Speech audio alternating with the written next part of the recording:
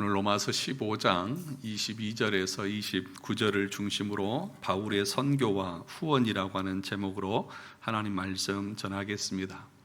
이제 로마서도 15장 마무리에 와 있고 이제 로마서도 이제 16장 한 장만 이제 남은 것 같습니다. 바울이 로마서를 기록한 이유에 대해서 우리가 앞에서 많이 살펴보았습니다. 특별히 이 복음이라고 하는 것은 한 번 듣고 끝나는 것이 아니라 내가 말씀을 듣고 거듭나고 하나님의 자녀로 살아가지만 우리 인간은 너무나 부패하고 완악하고 그래서 육신의 소욕이 우리 가운데 있기에 계속해서 우리는 반복적으로 복음을 들어야 합니다.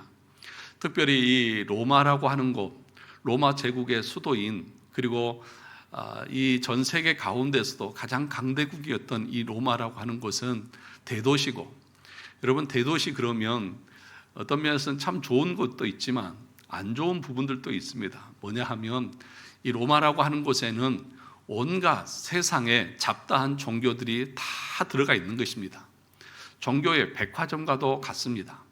그래서 복음을 들었지만 복음의 말씀을 듣고 그 말씀을 붙잡고 살아가지만 우리 인간이 한순간 방심하면 미끄러질 수 있고 넘어질 수 있고 변질되어질 수 있고 오염되어질 수 있다는 사실을 바울은 누구보다도 잘 알고 있습니다. 그래서 계속해서 복음을 들어야 된다. 다시 너희에게 이 말씀을 전한다고 말씀하고 있는 것입니다. 사랑하는 성도 여러분, 우리가 매 주일마다 나와서 예배를 드리고 하나님의 말씀을 듣는 것이 아무것도 아닌 것 같죠. 그러나 여러분들이 영혼을 지켜나가고 이 땅에 오염되지 않기 위해서는 매 주일마다 이 진리의 말씀들을 날마다 우리의 지식에 또 우리의 양심에 들어야 하는 것입니다. 그럴 때에 그 은혜의 수단들이 우리의 영혼을 지켜가는 것입니다. 은혜의 수단 세 가지가 있다고 여러 번 말해서 이제 다 알 수 있을 것입니다. 무엇이죠? 말씀과 기도와 성례. 이 세 가지가 은혜의 방편입니다. 다른 말로 하면 하나님이 우리에게 은혜를 베푸시는 수단이 이 세 가지라는 거예요. 다른 것으로 은혜를 베푸시는 것 아닙니다. 그러니까 여러분들이 말씀을 듣고 깨달아지고 말씀이 믿어지고 말씀대로 살아가려고 하는 마음의 의지가 있고 이것이 여러분들이 은혜를 받은 것이지 여러분들이 무슨 출세를 하고 부자가 되고 뭔가 많은 것을 누린 것으로 여러분들이 은혜를 받았다고 생각하는 것은 은혜를 잘못 이해하고 있는 것입니다. 아무리 많은 것을 누리고 가지고 있다 할지라도 하나님의 말씀과 상관없이 살 수 있고요. 하나님의 그 말씀에 순종하지 않고 내 의지대로 살아갈 수 있습니다. 그럴 때 잘 되어질 수도 있습니다. 그런데 그것을 은혜라고 말할 수는 없는 것입니다. 진짜 은혜는 뭐예요? 내가 하나님 앞에 얼마나 비참한 죄인이고 완악한 죄인인 것을 깨닫고 오직 주의 은혜만이 나를 구원한다는 사실들을 믿음으로 고백하면서 날마다 십자가 붙들고 그 십자가 앞에 엎드려 기도하면서 은혜를 구하는 그 삶, 그것이 내가 은혜로 살아가는 삶이라는 사실들을 한시도 잊어서는 안 되는 것입니다. 뿐만 아니라 바울은 후반부에서 우리가 살펴보았듯이 복음의 내용을 알고 믿고 신뢰하고 있지만 실제적으로 우리 삶에 실천하는 부분에 있어서는 잘 알지 못하고 있는 교회들이 많이 있습니다. 특별히 우리가 앞에서 살펴보았듯이 바울이 말했던 것이 무엇이죠? 날에 관한 것 또는 음식에 관한 것, 그러니까 성도들이 성도들과 관계 속에서 어떻게 약한 자가 강한 자를 대하고 강한 자가 약한 자를 대해야 되는지에 대해서 그들은 알지 못했던 것이죠. 그래서 그런 부분들을 많이 가르치고 교훈하는 내용들을 우리가 살펴보았습니다. 거기서 끝나는 것이 아니라 바울은 두 번째로 자신이 이제 이 로마를 지나서 서바나, 지금에 말하면 스페인까지 복음을 전하려고 하는데 그때의 너희들이 나의 후원자가 되어달라고 하는 그 부탁까지 마무리로 하고 있는 것을 우리가 보게 됩니다. 바울은 스페인 선교를 지원해 달라고 하는 그 선교적 동기로 이 편지를 썼을 것입니다. 바울은 예루살렘에서부터 시작해서 일루리곤까지 하나님의 말씀을 끝까지 증거했습니다. 그것은 어디냐 하면 이 로마를 중심으로 해서 동쪽 지역을 말하는 것입니다. 예루살렘에서부터 일루리곤까지, 그러니까 지중해를 끼고 올라가는 그 모든 지역, 거기에 바울이 복음을 전하지 않은 곳이 없습니다. 여러분 19절을 가서 보시죠. 15장 19절을 보시면 표적과 기사의 능력으로, 성령의 능력으로 이루어졌으며 그리하여 내가, 같이 읽어볼까요? 예루살렘으로부터 두루 행하여 일루리곤까지 그리스도의 복음을 편만하게 전하였노라. 이 편만하게 전하였다고 하는 것은 가득 채웠다는 것입니다. 그러니까 복음을 듣지 못한 곳이 없을 정도로 두루 다니면서 복음을 전했다는 것을 말씀하고 있는 것입니다. 그래서 23절에서는 뭐라고 말하냐면, 23절을 가서 볼까요? 이제는 이 지방에 일할 곳이 있어요, 없어요? 없고, 그러니까 더 이상 복음 전할 곳이 없을 정도로 편만하게 가득 채웠다. 복음을 전했다. 어느 지역을요? 로마를 중심으로 했을 때의 동쪽 지역을요. 그러면 이제 바울은 로마를 지나서 로마의 서쪽 지역까지 복음을 전하기를 원하는 바울의 계획이 있었다는 것을 우리가 알 수 있습니다. 그래서 여러분 20절에 보면 바울이 이렇게 말하죠. 같이 읽어볼까요? 또 내가 그리스도의 이름을 부르는 곳에는 복음을 전하지 않기를 힘썼노니 이는 남의 터 위에 건축하지 아니하려 함이라. 바울이 뭐라고 말하냐면 그리스도의 이름을 부르는 곳에는 복음을 전하지 않기를 힘썼다. 남의 터 위에 건축하지 않겠다. 무슨 말이에요? 우리는 주로 이제 이런 말씀을 교회가 있는데 또 교회를 그 옆에다 또 건축을 합니까? 그렇게 이해를 하잖아요. 그런데 이 말씀의 의미는 뭐냐 하면 내가 교회가 있는 곳에 그 옆에 교회를 건축하지 않겠다, 개척하지 않겠다, 그런 얘기가 아닌 것입니다. 바울은 지금 이곳에는 복음을 다 전했어요. 그러니까 자기가 지금 원하는 것은 뭐냐 하면 나는 복음이 듣지 못한 곳에 그 끝까지 가서라도 복음을 전하겠다. 그 얘기를 지금 이런 식으로 하는 것입니다. 교회가 있는데 무슨 교회를 또 짓냐? 이 얘기가 아니라 바울은 지금 이곳에서는 복음을 다 전했고 편만하게 전했고 가득 채웠기 때문에 이제는 로마를 지나서 저 서쪽 지역까지 땅 끝까지 내가 복음 전하기를 원한다는 말을 이런 식으로 지금 표현하고 있는 것입니다. 바울은 계속해서 복음을 듣지 못한 곳에 복음을 전하기를 원했던 사람입니다. 지금은 바울이 계획대로 예루살렘에서부터 일루리곤까지 로마를 중심으로 동쪽에는 더 이상 복음을 전할 데가 없을 정도로 그렇게 열심히 복음을 전했습니다. 사랑하는 성도 여러분, 바울의 삶의 목표는 다른 것이 아니라 뭐였습니까? 복음을 전하는 삶이었습니다. 그러면 우리는 이런 반문을 합니다. 목사님, 바울은 하나님으로부터 특별히 부름받은 사도이기 때문에 그가 그 사명을 받았기 때문에 그렇게 자기 전 생애를 걸쳐서 복음을 전했죠. 그러니까 우리는 다르지 않습니까? 그렇죠. 우리는 다르죠. 대답들을 안 하세요. 우리는 다르잖아요. 우리는 바울이 아니니까 복음 안 전해도 되잖아요. 굳이 그렇게 열심 안 내도 되잖아요. 근데 우리의 생각 속에는 그런 생각들이 많습니다. 그런데 여러분, 우리 모두도 하나님의 진노와 저주 가운데 있어야 마땅할 죄인들을 그리스도께서 십자가의 그 공로로 말미암아 우리를 의롭다고 하시고 우리에게 믿음을 주셔서 자녀 삼으셨습니다. 그 목적이 무엇입니까? 우리가 이 땅에서 거룩하고 의롭게 사는 것뿐만 아니라 복음의 제사장들로 삼기 위해서 우리를 부르셨습니다. 바울이 앞에서 뭐라고 말했습니까? 하나님께서 자신을 부르셔서 무엇으로 삼으셨다고요? 이방인들을 위한 복음의 제사장으로 삼으셨다. 바울만 제사장으로 삼은 것이 아니라 저와 여러분 모두도 하나님께서 복음의 제사장으로 삼으셨습니다.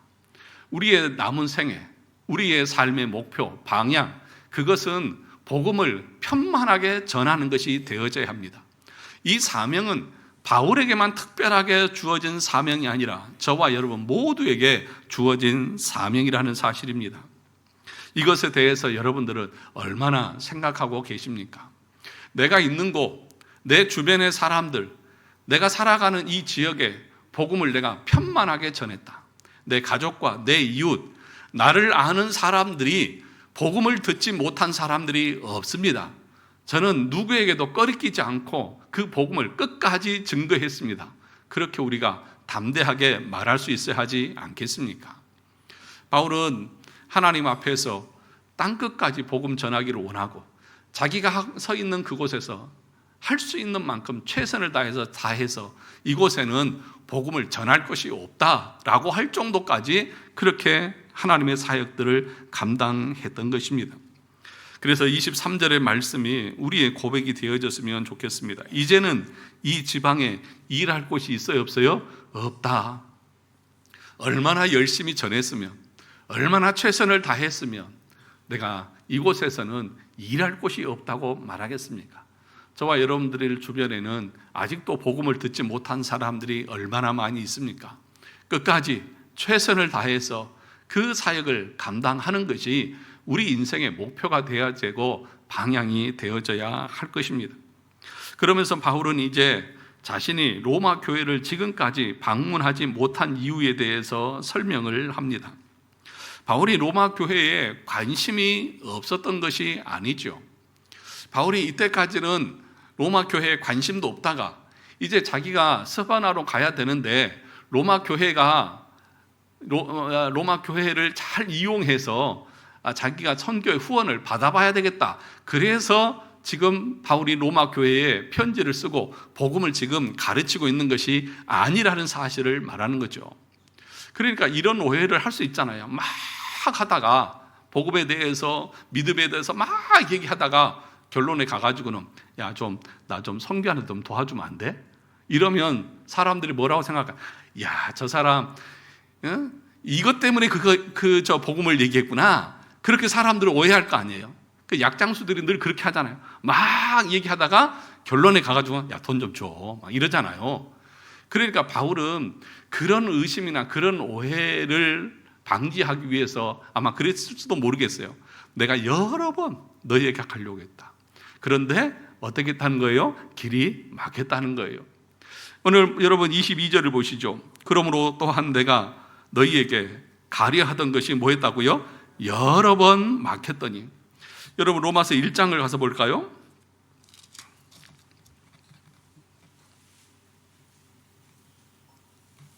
1장 10절도 가서 보시죠. 로마서 1장 10절 같이 읽어볼까요? 어떻게 하든지 이제 하나님의 뜻 안에서 너희에게 나아갈 좋은 길 얻기를 구하노라. 내가 너희 보기를 간절히 원하는 것은 어떤 신령한 은사를 너희에게 나누어 주어 너희를 견고하게 하려 함이니 이는 곧 내가 너희 가운데서 너희와 나의 마음으로 말미암아 피차 아니함을 얻으려 함이다.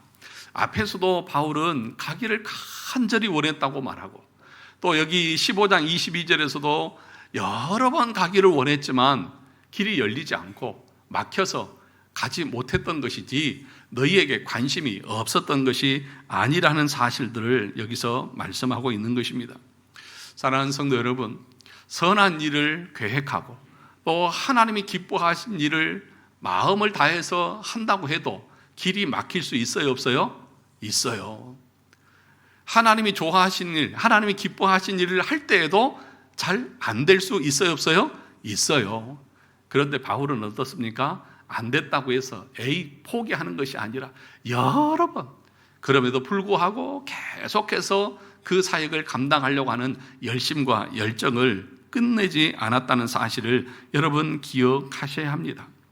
그런데 여기서 우리가 한 가지 잘못된 우리의 생각들을 교정하고 넘어가야 할 필요가 있습니다. 뭐냐 하면 우리는 어떤 일을 결정하려고 할 때에 자꾸 하나님의 인도하심을 구하는 경우가 있습니다. 예, 맞습니다. 하나님의 인도하심을 구해야죠. 그리고 기도하면서 어떤 것들을 결정을 해야죠. 거기까지는 좋아요. 그런데 어떻게 생각을 하냐 하면 하나님께서 내 마음에 감동을 주시고 하나님께서 나에게 음성을 주셔서 내선아 이쪽으로 가라. 그런 마음의 생각을 주시지 않으면 더 나아가서 내 마음에 성령께서 감동을 주시지 않으면 움직이지 않으려고 하는 사람들이 있습니다. 그런 경우들 많이 있잖아요. 여러분 그래서 집사님, 권사님 이것 좀 같이 하시죠. 또 예를 들어서 지금은 뭐 수련의 기간이고 그러잖아요. 그럴 때에 야, 수련회 가자. 그러면은 참 믿음 좋은 사람들은 뭐라고 말하냐면 제가 한번 기도 좀 해보고 결정하겠습니다. 하나님이 허락하시면 가겠습니다. 믿음이 참 좋은 것 같잖아요. 그런데 그것이 성경과는 완전히 다른, 성경의 가르침과는 다른 거라는 거예요.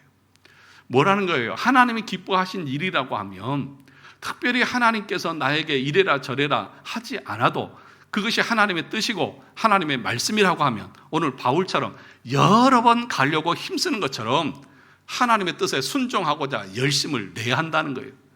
그런데 잘못된 신앙을 배운 사람들이 하나님의 음성을 듣는 법 하면서 하나님의 음성을 직접 듣고 순종하려고 하는, 그래서 그것이 정말 신령하고 하나님의 뜻에 순종한 것인 것처럼 잘못된 신앙관을 가지고 있는 사람들이 많이 있다는 거예요. 여러분, 하나님이 우리 인생의 모든 것 하나하나 일거수일투족 다 알고 계시지만 그것에 대해서 하나씩 하나씩 개별적으로 이리 가라 저리 가라 해라 마라 그렇게 하나님이 응답을 하시나요? 하나님이 무슨 신문에 오늘의 운세 보듯이 오늘은 동쪽으로 가면 귀인을 만날 것이다, 그래서 동쪽으로 가십니까? 여름에는 물가를 조심해라, 그렇게 해서 하나님이 우리를 인도하십니까? 그런데 그런 식으로 점쟁이식으로 하나님이 자기를 인도하시는 것처럼 잘못된 생각을 가지고 있는 사람들이 있다는 거예요. 참된 신앙은 무엇입니까? 설령 내 마음에 동요되지 않아도, 내가 설령 하기가 싫더라도 이것이 하나님의 뜻이면 내 의지를 죽이고 하나님의 말씀에 순종하려고 하는 그 열정과 열심을 계속 가지고 나가야 하는 것입니다. 아무리 목사가 설교를 해도 자기 마음에 안 들면 안 해버려요. 이것이 건강한 신앙이라는 것이죠. 제가 아무리 미워도 그가 선포하는 말씀이 옳은 진리의 말씀이라고 하면 저 때문에 하는 것이 아니라 하나님의 말씀 앞에서 우리가 기꺼이 순종하면서 나가야 하는 것이 올바르고 참된 신앙인의 모습 아니겠습니까? 그런데 그렇지 못한 신앙, 잘못된 신앙관을 가지고 있는 사람들이 많다는 거예요. 왜 안 하십니까? 아니, 내 마음에 아직 감동이 없어서요. 아니면 하나님이 저에게 말씀하시지 않았어요. 저는 하나님이 말씀하실 때까지 기다릴 거예요. 얼마나 믿음이 좋은 것 같은데 그렇게 있어 보세요. 평생 죽을 때까지 하나님 말씀 없을 거니까. 그러니까 그게 얼마나 거짓되고 잘못된 신앙이냐는 것이죠. 오늘 바울은요, 그 가는 길이 여러 번 뭐 했다고요? 막혔다고요. 그럼 바울은 어떻게 했을까요? 하나님의 음성을 듣고 하나님이 가라 그래서 갔을까요? 하나님께서 마음에 감동을 주시니까 그리 가야 되겠다고 생각해서 갔을까요? 아니, 그러면 그렇게 감동을 하시고 하나님의 음성을 듣고 바울이 갔다고 하면 왜 길이 막혀요? 그 말은 무슨 얘기냐 하면 바울이 로마에 가고자 했던 것은 그 자신의 열정을 가지고 가고자 했던 거예요. 하나님께서 야, 로마로 가라 그렇게 말해서 가려고 했던 것이 아니라는 거예요. 그곳까지 가서 복음을 전하려고 하는 것이 하나님이 기뻐하신 것이라고 자기 스스로 생각하고 판단해서 결정해서 가는 거예요. 하나님은 우리에게 뭘 주셨어요? 지식을 주셨잖아요. 이성을 주셨잖아요. 판단할 수 있는 분별력을 주셨잖아요.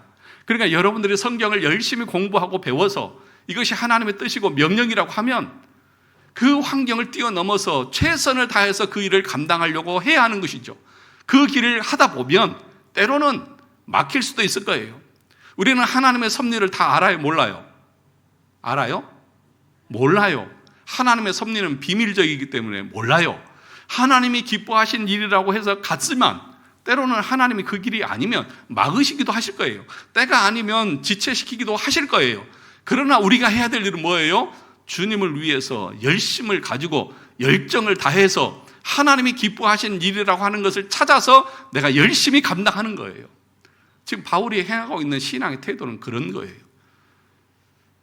그런데 잘못된 신앙을 가지고 있는 사람들은 어떻게 한다고요? 하나님이 나에게 말씀하실 때까지 가만히 있는 거예요. 기도만 하고 있는 거예요. 내 마음에 감동이 일어날 때까지. 여러분이 얼마나 마음이 부패하고 간사하고 우리 마음이 악한지 하나님을 향한 그 열심이 그렇게 많이 일어나는 줄 아세요? 안 일어나요. 그러니까 가만히 있는 사람은 아무 일도 안 해요. 그런데 어떤 사람이 합니까? 정말 하나님을 사랑하는 그 마음을 가지고 비록 하나님이 나에게 귀에 음성을 들려주지 않아도 성경을 읽고 말씀을 기뻐하시는 것에 순종하고 나가는 그 사람만이 하나님을 위해서 일할 수 있는 것입니다. 사랑하는 성도 여러분, 예를 들면 이사를 가려고 할 때에 어느 쪽으로 이사를 가면 좋을까요? 이사할 때 여러분 기도하시잖아요. 동쪽으로 갈까요? 서쪽으로 갈까요? 어디로 가는 것이 제일 좋아요? 땅값이 많이 오를 것 같은데, 재테크가 잘 될 것 같은데 그런 데 찾아가는 것이 이사를 제일 잘하는 것입니까? 이사할 때 어디로 가면 돼요? 교회에 가장 가까운 곳으로 오시면 돼요.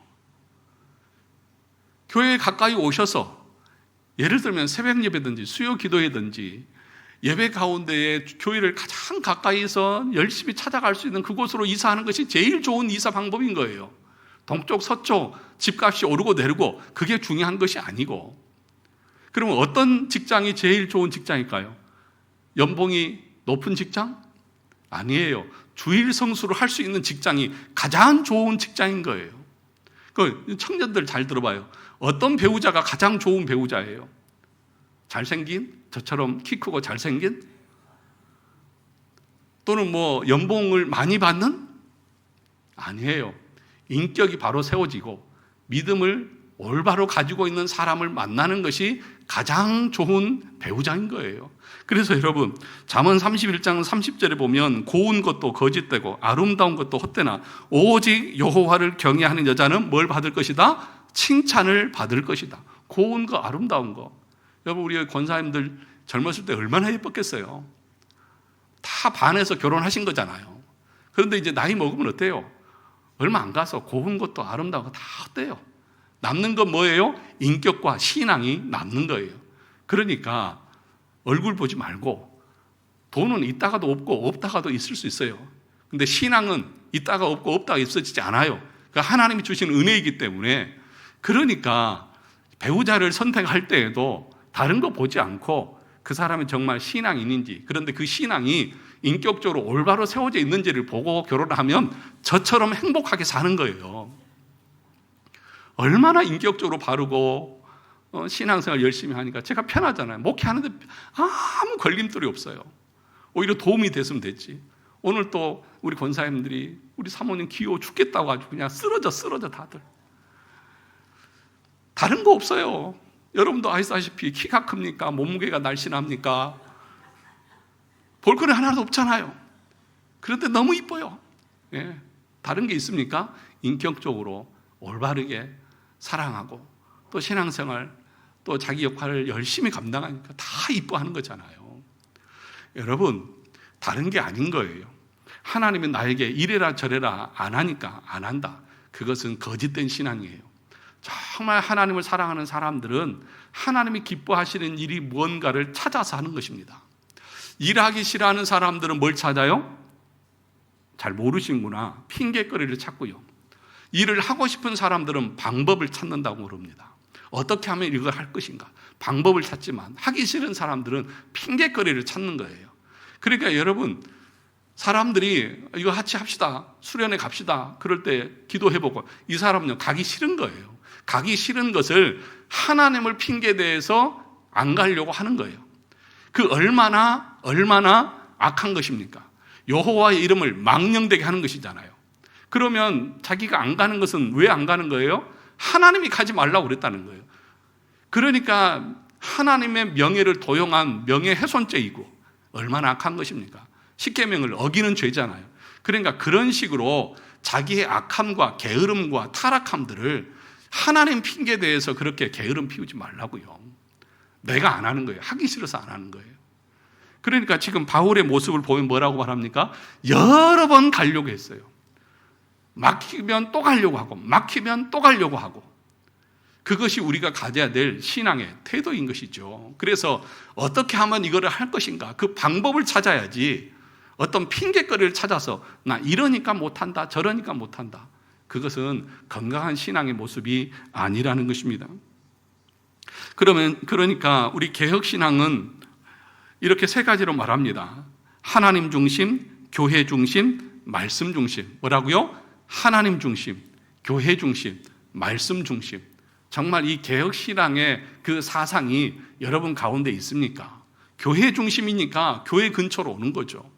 말씀 중심이니까 말씀에 순종하면서 나가는 거죠.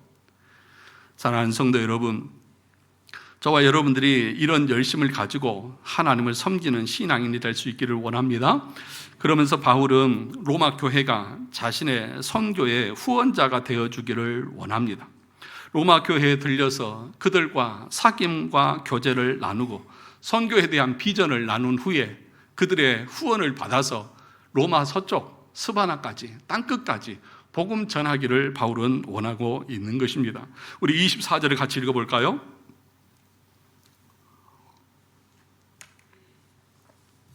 24절 같이 읽어보겠습니다. 시작. 이는 지나가는 길에 너희를 보고 먼저 너희와 사귐으로 얼마간 기쁨을 가진 후에 너희가 그리로 보내주기를 바람이라. 너희가 그리로 보내주기를 바람이라. 바울은 1차, 2차, 3차 선교 여행을 할 때는 어디에 후원을 받았습니까? 안디옥 교회예요. 안디옥 교회에서 파송하고 후원해서 바울이 그 선교 사역을 감당했던 것입니다. 그런데 이제 그 로마를 중심으로 서쪽에서 복음을 전할 때는 안디옥이 너무 멀어요. 그리고 로마 교회가 이제 서쪽 지역을 선교하는 데 있어서 선교의 전초 기준으로는 가장 알맞은 곳입니다. 그래서 바울은 지금 로마 교회를 향해서 선교하는 일에 동참해 달라고 그렇게 요청하고 있는 것입니다. 그런데 여러분, 바울은 지금 로마 교회를 가본 적도 없고 만나본 적도 없어요. 아니, 한 번은 그래도 만나고 얘기를 하고 또 그래야 좀 교제가 있어야, 관계가 있어야 후원도 하고 그럴 것 아니겠습니까? 근데 생판 보지도 못한 사도가 자기들한테 편지 써가지고 나 이제 조금 있으면 너희들한테 갈 텐데 내가 너희들 지나서 서바나로 가는데 너희들이 나를 좀 후원해서 해라. 그렇게 말할 때에 참 납득이 잘 안 갈 수도 있잖아요. 저 사람 누군데? 그런데 여러분, 바울은요, 그렇게 말하는 데 있어서 비굴하게 말하지 않습니다. 좀 로마 교회 좀 도와주십시오. 좀 제가 힘든데 해야 되는데 좀 도와주세요. 그렇게 비굴하게 사정하지 않습니다. 보내주기를 원한다고 그렇게 당당하게 얘기를 합니다. 조심스럽지만 너희가 이 일을 감당해 주기를 원한다고 지금 말하고 있는 것입니다. 왜 이렇게 담대하게 당당하게 그렇게 말하고 있을까요? 왜냐하면 바울은 이 사역을 자기를 위해서 하는 것도 아니고 자기가 하는 것도 아니고 누가 하는 거예요? 하나님이 하시는 것이고 성령을 통해서 성령께서 자신을 통해서 하시는 일이라고 하는 확신과 믿음이 있기 때문에 바울은 그렇게 말하는 것입니다. 여러분 18절 19절을 가서 볼까요? 15장 18절 19절 같이 읽어보겠습니다. 시작. 그리스도께서 이방인들을 순종하게 하기 위하여 나를 통하여 역사하신 것 외에는 내가 감히 말하지 아니하노라. 그 일은 말과 행위로 표적과 기사의 능력으로 성령의 능력으로 이루어졌으며 그리하여 내가 예루살렘으로부터 두루 행하여 일루리곤까지 그리스도의 복음을 편만하게 전하였노라. 그러니까 지금 바울은 하나님께서 자신을 통해서 이 서바나까지 복음 전할 것에 대한 믿음과 확신을 가지고 담대하게 증거하고 또 요청하고 있는 것입니다. 하나님은 바울이 없어도 하나님의 일을 하실 수 있을까요? 없을까요? 있죠. 하나님은 바울이 없어도 자신의 계획을 다 성취할 수 있습니다. 그러면 로마 교회 없이 하나님은 하나님의 사역을 행할 수 있을까요? 없을까요? 있죠. 바울이 없어도 하나님은 하실 수 있고요. 로마 교회가 도와주지 않아도 하나님은 하실 수 있어요. 그런데 왜 하나님이 바울을 부르시고 왜 바울은 또 로마 교회에게 나를 보내달라고 그 선교에 동참하기를 요청하고 있을까요? 그것이 그들에게 은혜이고 그것이 그들에게 복이 되기 때문에 그런 것입니다. 이럴 때는 아멘을 하셔야 됩니다. 그렇지 않습니까? 여러분, 우리가 가져야 될 태도가 뭐예요? 나 없으면 이 교회 망할 것 같아요? 나 없으면 이 교회 안 될 것 같아요? 많은 경우 목사는 자기가 없으면 교회가 무너질 줄 알아요. 또 어떤 그 장로들은 자기가 초창기부터 교회를 세우고 이끌어갔으면 자기 없으면 교회가 어떻게 될 줄 알아요. 그래서 교회 안에서 자기가 터줏대감 노릇을 해요. 우리 교회가 그렇다는 게 아니고요. 그러는 경우들이 있어요. 그런데 여러분, 오히려 그런 사람들이 없어지면 교회는 더 잘 되더라고요. 나 없어도요, 내가 안 해도요, 내가 헌금 안 해도요, 내가 봉사 안 해도요, 하나님은 누구를 통해서든지 하나님의 일들을 행하십니다.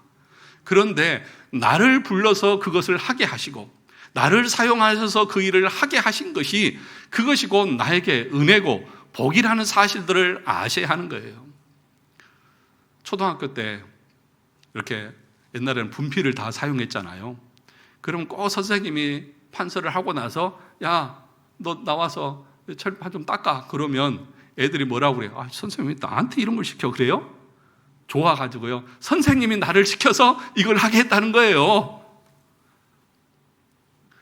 선생님이 할 수도 있어요. 애 없어도 돼요. 그런데 선생님이 누구야? 나와서 이거 좀 닦아라. 그러면 그 애는 자기를 선생님이 알아줬다는 것 때문에 너무 기뻐서 닦고 또 닦고 닦아요. 정부가 바뀌고 장관들, 차관들, 인사들이 있을 때에 국무회의 하는 거 여러분 영상으로 다 보셨습니까? 장관들 한 말씀 하시죠. 그러니까 전부 다 자기를 불러서 이 자리에 앉혀주신 거 감사합니다. 좋아가지고 다들 그러고 있잖아요. 그 사람 없어도 다른 사람 세워도 할 수 있어요. 그런데 그 사람을 불러서 그 일을 맡겼다는 것 자체가 그 사람을 인정한 것이고 그 사람에게 영광이 아닙니까? 하나님께서 우리를 부르셔서 우리에게 어떤 일을 맡기시고 나를 통해서 어떤 일을 하시는 것 자체가 나에게 은혜인 것이고 나에게 복인 것이죠. 그것을 아는 사람들은 그것에 대해서 기뻐하고 감사해요. 그래서 자원해서 기쁨으로 해요. 제가 얼마 전에 지난달에 그 캄보디아 다녀왔잖아요. 그 캄보디아 사명학교 그 개교식에 다녀왔잖아요. 근데 노예에서 각 교회들마다 광고해서 후원금을 이렇게 모아서 좀 전달했으면 좋겠다. 그러니까 이렇게 주변의 목사님들이 보니까 얼마를 후원을 해야 되지? 근데 모금액은 한 1,500만이라고 그러는데, 그러면 몇 명이 가니까 우리 교회는 n분의 1로 나누면 한 어느 정도 하면 되겠다. 다들 그렇게 생각을 하시더라고요. 많이 할 생각을 안 하시더라고. 그러니까 적당하게 그렇게 하려고 그렇게 생각하시더라고. 그리고 광고도 안 하신대. 왜 안 해요? 그랬더니 성도들 부담되니까, 부담 주기 싫어서 안 하고 그냥 성교비 재정에서 그냥 얼마 그냥 후원금 보내려고 그러는 목사님들도 많더라고요. 저는 생각을 달리했습니다. 아니 왜? 이거 뭐 나한테 해달라는 것도 아니고 주의 나라를 위해서 성도들이 동참하고 기회를 얻고 은혜를 누리는 시간, 기회인데 왜 그렇게 해? 그래서 저는 광고했잖아요. 그 억지로 강요한 것도 아니고 여러분들이 자원해서 하고 싶은 사람만 하십시오. 그렇게 해서 여러분들이 나온 그 헌금을 다 노예 이렇게 선교부에 보냈습니다. 또 그 다음 주에 또 하셨더라고요. 그래서 그것도 또 보냈어요. 다 보냈어요. 한 푼도 안 남겨 다 보냈어요. 그때 노예 사무실에서 전화 왔어요. 목사님 또 들어왔는데 이거 잘못 보낸 거 아닙니까? 그래서 아닙니다. 또 나왔길래 또 보냈습니다. 그랬습니다. 아마도 우리 교회가 그 같이 간 교회 중에서 많이 보낸 교회에 속했을 거예요. 저는 그렇게 얘기했습니다. 교회가 적다고 믿음도 적냐? 그리고 성도들이 그 하나님의 나라와 선교하는 일에 동참하고 그것에 쓰임 받는 것이 하나님의 은혜고 복인데 그것을 왜 목사가 가로막냐는 거죠. 제가 대놓고는 얘기 안 했지만 제 마음속으로는 그랬습니다. 우리 교회가 숫자는 많지 않을지 모르지만 믿음은 1,000명이 모인 교회보다 더 낫다. 1,000명이 모인 교회보다 우리 교회가 헌금 더 많이 했을 거예요. 그 교회들은 그냥 얼마만 그냥 보내고 말았겠지만 우리는 믿음으로 많은 분들이 함께 동참해 주신 거죠. 오늘 바울은 그걸 말하고 있는 거예요. 그래서 너희들 좀 와서 도와달라 사정하는 것이 아니고요, 그것이 마땅하다라고 말합니다. 그래서 그것을 말하기 위해서 바울은 지금 뭐라고 말하냐면, 내가 지금 당장은 너희에게 못 가는데 이유가 있다. 그 이유가 뭐냐 하면 25절을 가서 볼까요? 25절 가서 보겠습니다. 25절부터 시작. 그러나 이제는 내가 성도를 섬기는 일로 어디 갑니까? 예루살렘에 가노니 이는 마게도냐와 아가야 사람들이 예루살렘 성도 중 가난한 자들을 위하여 기쁘게 얼마를 연보하였습니다. 저희가 기뻐서 하였거니와 또한 저희는 그들에게 빚진 자니 만일 이방인들이 그들의 영적인 것을 나누어 가졌으면 육적인 것으로 그들을 섬기는 것이 뭐하니라? 마땅하니라. 지금 바울이 바로 로마 교회를 가지 못하는 이유가 있어요. 뭐냐 하면 지금 예루살렘 교회가 가난 때문에, 이 극심한 기근 때문에 가난에 휘둘리고 있어요. 그때 바울이 마게도냐 아가야 교회를 향해서 지금 저 모체가 되는 예루살렘 교회의 성도들이 흉년 때문에 가난으로 고생하고 있으니까 너희들이 좀 그 육적인 것을 좀 모금해서 좀 도와주라. 그것을 가지고 지금 바울이 가려고 하고 있는 것입니다. 왜 지금 바울이 로마 교회를 향해서 아가야와 마게도냐 교회들이 기쁜 마음으로 헌금을 해서 그 돈을 내가 가지고 예루살렘에 전달해 주고 너희에게 가겠다, 그 얘기를 하고 있는 것일까요? 너희도 이 일에 동참하라는 거예요. 너희도 앞으로 이렇게 육적인 것으로 하나님의 영적인 것을 받았으면 섬기는 일을 동참하라는 것입니다. 그래서 지금 바울이 27절에서 뭐라고 말합니까? 저희가 기뻐서 하였거니와 또한 저희는 그들에게 뭐 한다 것이다? 빚진 자다. 그들이 누구예요? 예루살렘 교회의 성도들이요. 그러니까 유대인들이요. 그러니까 영적인 것을 빚졌다는 거예요. 왜 그렇습니까? 복음은 제일 먼저 누구에게 증거되어졌어요? 유대인들이요. 유대인들을 통해서 복음이 이방인들에게 증거되어졌잖아요. 그 이방인들이 그 복음을 통해서, 영적인 복을 통해서 구원의 은혜를 얻었잖아요. 그러면 누구에게 빚진 거예요? 예루살렘에 있는 유대인들에게 빚진 것이다. 그런데 여기서 지금 너희들이 영적으로 빚이 졌으니까 육적인 것을 가지고 그 영적인 빚을 갚는 것은 마땅한 것이다, 그렇게 얘기하는 거예요. 지금 여기 영적인 것과 육적인 것을 바울은 지금 비교해서 얘기하면서 무엇이 더 가치 있느냐 하면 이 영적인 것이 더 가치 있는 것이다, 그렇게 얘기합니다. 비교를 통해서 영적인 가치를 말하고 있는 거예요. 그런데 여러분들은 어디에 더 가치가 있다고 생각하십니까? 보이지 않는 영적인 복이 여러분들에게 가치가 있습니까? 아니면 보이는 물질, 이것이 여러분들에게 더 가치가 있습니까? 제가 볼 때는 대부분의 사람들은 내 손에 잡혀 있고 내가 눈으로 보고 만질 수 있는 이 육적인 것이 더 가치 있는 것이고 더 귀한 것이라고 생각해요.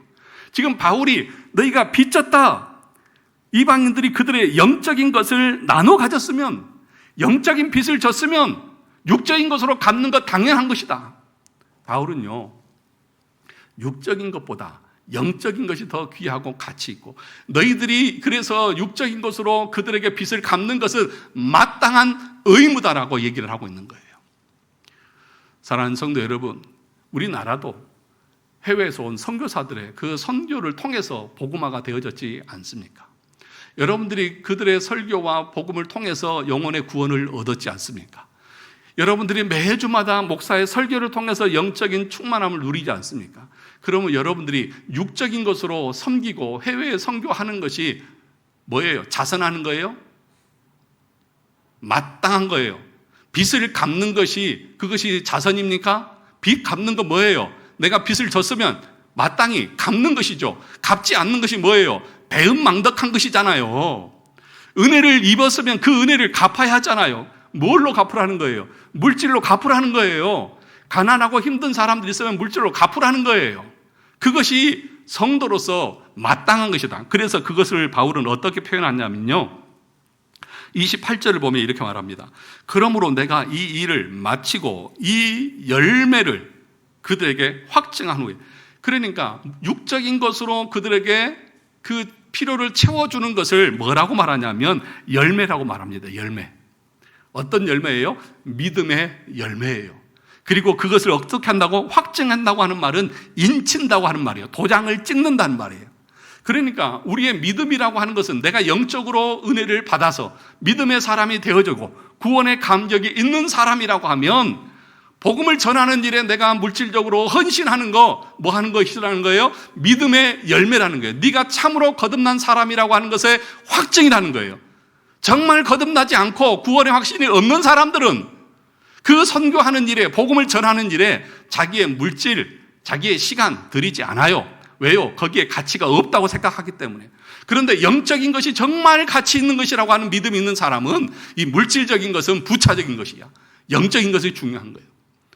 여러분의 지금 이 땅에 살아가는 것 중에 천국 가는 여러분의 영혼이 중요한 것입니까? 육신의 안락함이 중요한 것입니까? 영혼이 중요한 것이잖아요. 그래서 여러분, 바울은 갈라디아서에서도 이렇게 말합니다. 갈라디아서에서도 6장 2절에 보면 가르침을 받는 자는 말씀을 가르치는 자와 모든 좋은 것을 뭐하라? 함께하라. 가르침을 받는 자는 가르치는 자와 모든 좋은 것을 함께하라.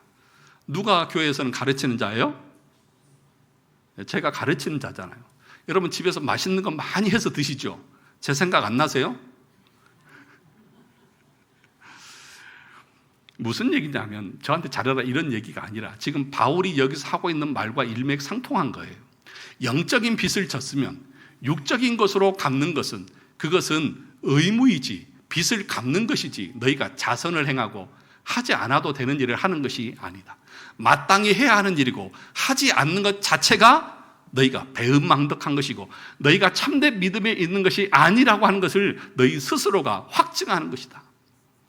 사랑하는 성도 여러분, 그래서 저와 여러분들이 남은 생에 바울처럼 기회가 있든지 없든지 때를 얻든지 못 얻든지 바울처럼 열심을 다해서 복음 전할 수 있기를 주님의 이름으로 축원합니다.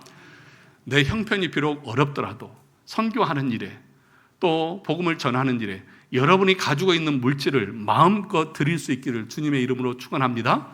영적으로 여러분들이 정말 은혜를 입었다고 하면 육적인 것으로 나누고 베푸는 것은 마땅한 것입니다. 저는 그래서 우리 교회가 복음을 전하고 또 선교하는 일에 우리의 가진 것으로 보답하고 그 빚을 갚는 심정으로 최선을 다해서 이 일을 감당할 수 있는 우리 교회와 성도들이 다 될 수 있기를 주님의 이름으로 축원합니다.